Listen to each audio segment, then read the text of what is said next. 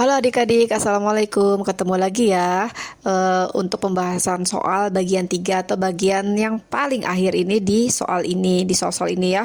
Bagian 3 ini adalah bagian terakhir dari rangkaian bagian 1, 2, dan sekarang bagian 3. Semoga masih semangat belajarnya ya. Dan untuk bulan-bulan ini itu kalian harus terus mengasah, ngedrill soal-soal OSN-nya ya.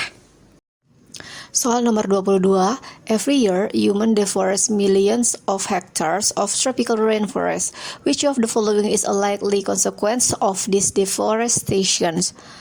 A. Animal and plant population will be eliminated as their habitats are destroyed, leading to a decrease in biodiversity. B. Increased carbon dioxide will reduce ozone concentration in the atmosphere, resulting in higher levels of ultraviolet radiation on the Earth's surface. C. Lower oxygen concentrations in the atmosphere will decrease the biodiversity of terrestrial animals. D. Increased carbon dioxide levels in the atmosphere will reduce plant and algae growth in other biomes.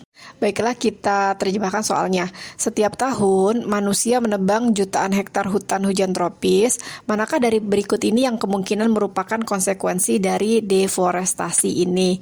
Pilihan jawabannya yang A, populasi hewan dan tumbuhan akan tereliminasi karena habitatnya hancur, menyebabkan penurunan keanekaragaman hayati. Kemudian pilihan yang B, peningkatan karbon dioksida akan mengurangi konsentrasi ozon di atmosfer, yang mengakibatkan tingkat radiasi ultraviolet yang lebih tinggi di permukaan bumi.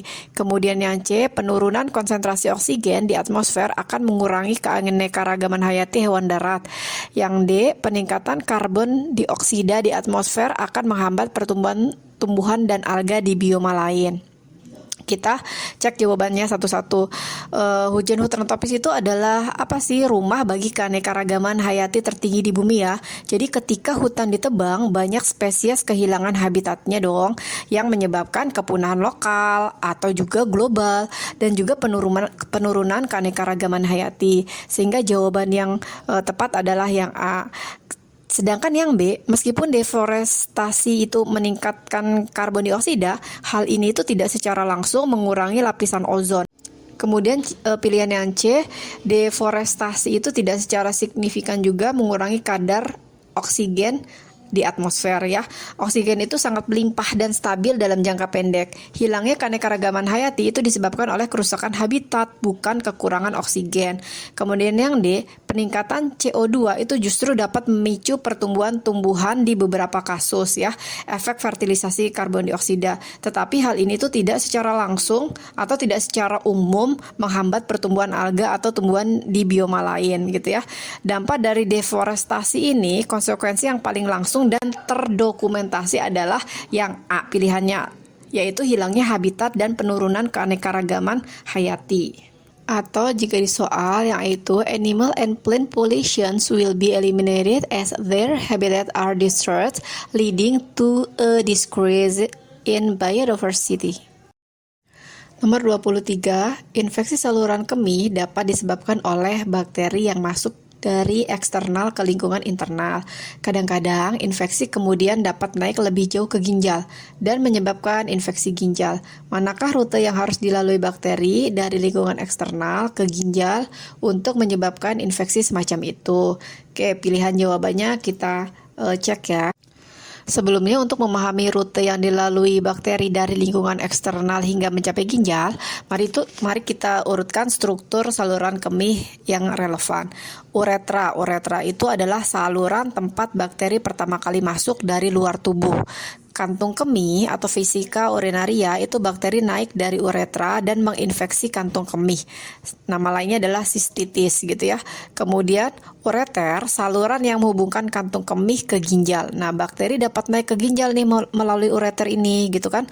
Kemudian di ginjal terjadi infeksi ginjal atau pyelonefritis. Terjadi jika bakteri ini berhasil mencapai organ ginjal ini ya. Sehingga urutan yang benar itu pertama uretra, kemudian kantung kemih, kemudian ureter, baru ke ginjal. Nah, pilihan jawaban yang tepat adalah yang D. Soal nomor 24, pertanyaannya, jalur yang mewakili impuls saraf saat bergerak dari sumsum tulang belakang ke sel efektor adalah, nah di sini disediakan gambar ya. Gambarnya itu diberikan nomor 1 sampai 7. Nah, jalur yang mewakili impuls dari sumsum tulang belakang ke sel efektor ini artinya adalah jalur eferen atau motorik yang dimulai dari nomor 4 ini, yaitu dari sumsum tulang belakang. Kemudian ke nomor 5 ini neuron motorik, kemudian menuju ke otot atau nomor 7. Nah, tapi sebelum menuju ke otot itu harus keluar dari badan sel motorik di nomor 6. Sehingga jawaban yang tepat adalah urutannya 4, 5, 6, dan 7, yaitu B. Oke, selanjutnya di nomor 25. Soalnya bagian yang menghasilkan senyawa yang berfungsi untuk melembabkan kulit dan mencegah resiko dehidrasi adalah titik-titik-titik. Nah, bagian yang dimaksud di dalam soal ini adalah kelenjar minyak. Nah, kelenjar minyak ini fungsinya adalah menghasilkan sebum, yaitu senyawa berminyak yang menjaga kelembapan kulit dan juga mencegah dehidrasi. Pada gambar, bagian yang ditunjukkan oleh huruf S, ini huruf S ini ya, adalah kelenjar minyak atau sebaceous gland. Jawabannya yang benar adalah D, yaitu S. Nah, untuk pilihan jawaban lainnya kita perhatikan kembali gambarnya ya. Bagian P itu adalah epidermis yang fungsinya adalah sebagai lapisan pelindung kulit paling luar. Kemudian dermis, di bagian ini adalah bagian yang banyak mengandung pembuluh darah, syaraf, dan juga kelenjar. Bagian R itu hipodermis yang fungsinya adalah menyimpan energi dan menjaga suhu. Ini merupakan jaringan lemak. Nah, bagian yang T itu adalah folikel rambut ya, yang fungsinya untuk tempat tumbuhnya rambut.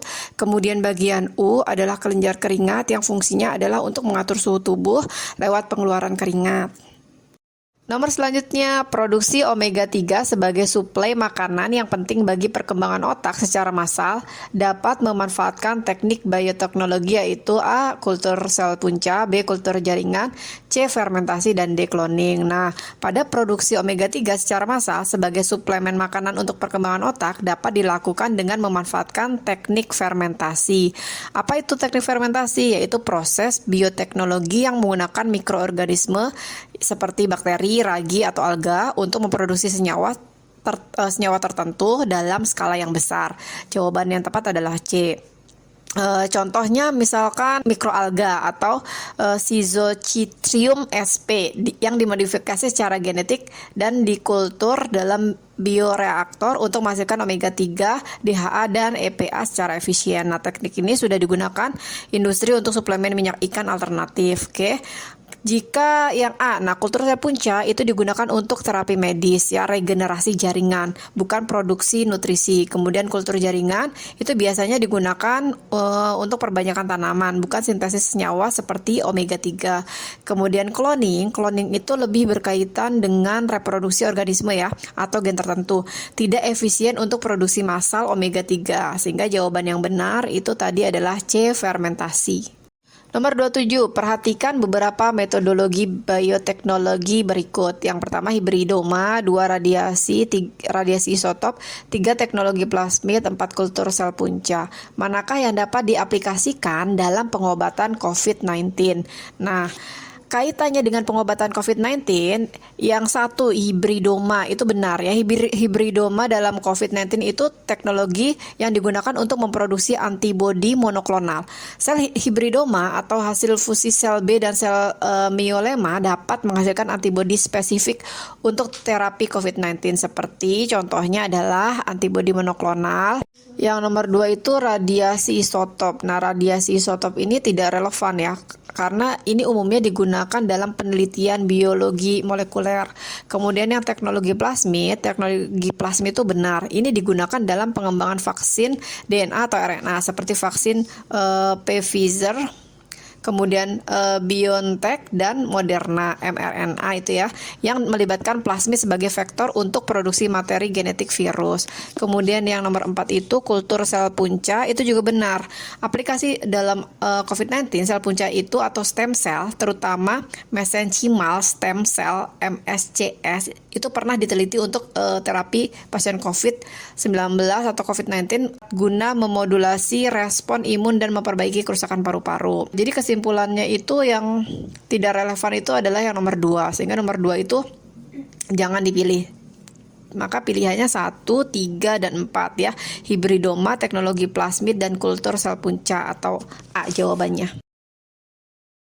Nomor 28, fungsi klorofil dalam fotosintesis adalah, sebelum kita menjawab pertanyaan ini, kita harus tahu klorofil itu apa ya. Klorofil adalah pigmen hijau pada tumbuhan yang terdapat di dalam kloroplas. Nah, fungsi utamanya adalah menyerap energi cahaya matahari, terutama spektrum merah dan biru, untuk dikonversi menjadi energi kimia dalam proses fotosintesis. Nah, energi ini yang kelak nanti digunakan untuk memecah molekul air atau fotolisis dan mengikat karbon dioksida untuk membentuk glukosa.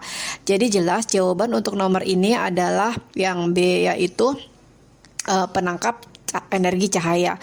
Sedangkan yang A, tempat berlangsungnya fotosintesis, itu salah karena fotosintesis itu terjadi di kloroplas, bukan klorofil saja. Kemudian yang C, pengikat karbon dioksida juga salah karena karbon dioksida diikat oleh enzim rubisco dalam siklus Calvin, bukan klorofil. Kemudian bagian yang D, pembentuk senyawa glukosa, itu juga salah karena glukosa dibentuk melalui serangkaian reaksi biokimia dalam siklus Calvin, bukan langsung oleh klorofil ya, sehingga jawaban yang benar adalah B. Nomor selanjutnya, pada periode 2020-2022, masyarakat dunia diresahkan oleh kasus pandemi COVID-19. Penyakit ini disebabkan oleh Kita bahas ya. Kita bahas dari yang D deh. Virus H5N1. Nah, virus H5N1 ini adalah virus influenza penyebab flu burung, bukan termasuk keluarga coronavirus, sehingga jawaban D itu salah. Kemudian jawaban C, virus MERS. Nah, MERS itu Middle East Respiratory Syndrome, adalah virus corona lain yang menyebabkan wabah di Timur Tengah sejak tahun 2012. Jadi bukan periode 2020 ya, sampai 2022. Kemudian SARS-CoV-1 adalah virus yang menyebabkan wabah SARS pada tahun 2002 sampai 2003, bukan penyebab COVID-19 gitu ya. Kemudian yang B, SARS-CoV-2 adalah virus corona jenis baru yang pertama kali diidentifikasi di Wuhan atau Cina. Nah, ini pada akhir 2019. Nah, virus ini yang menyebabkan penyakit COVID-19 pada periode 2020 sampai 2022, sehingga jawaban yang tepat adalah yang B. Nomor terakhir atau nomor 30 soalnya adalah tumbuhan memerlukan beberapa faktor yang dapat menunjang proses pertumbuhannya, di antaranya sebagai berikut: 1 nutrien, 2 gen, 3 hormon, 4 cahaya, 5 temperatur, dan 6 kelembaban. Faktor internal yang dapat mempengaruhi proses tersebut adalah, nah, sebelum kita jawab, kita harus tahu perbedaan antara faktor internal dan faktor eksternal.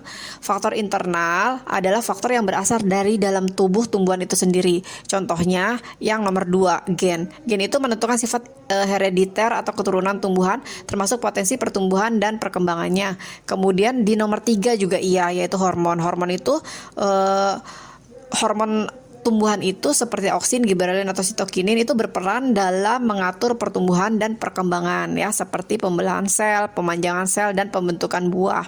Nah, itu faktor internal. Sedangkan faktor eksternal adalah faktor yang berasal dari luar tubuh tumbuhan. Nah, contohnya apa? Contohnya di nomor 1 tuh nutrien. Nah, nutrien itu nutrisi seperti unsur hara dalam tanah, itu faktor luar ya, yang berasal dari lingkungan luar. Kemudian cahaya. Nomor 4, cahaya matahari itu diperlukan untuk fotosintesis, tetapi berasal dari luar tumbuhan. Kemudian temperatur dan kelembaban juga termasuk faktor eksternal. Temperatur itu adalah suhu lingkungan yang memengaruhi proses metabolisme tumbuhan, sedangkan kelembaban atau kelembaban udara itu berasal dari lingkungan luar juga. Jadi jelas jawaban nomor terakhir ini atau nomor 30 ini adalah D, 2 dan 3 atau gen dan hormon. Oke, akhirnya selesai juga untuk pembahasan soal OSN IPA 2024 ya, tahun lalu ya, yang bisa menjadi acuan untuk tahun ini gitu ya. Mudah-mudahan kalian bisa memahami dan mengambil manfaat dari konten ini. Jangan lupa like dan subscribe untuk soal-soal berikutnya. Terima kasih.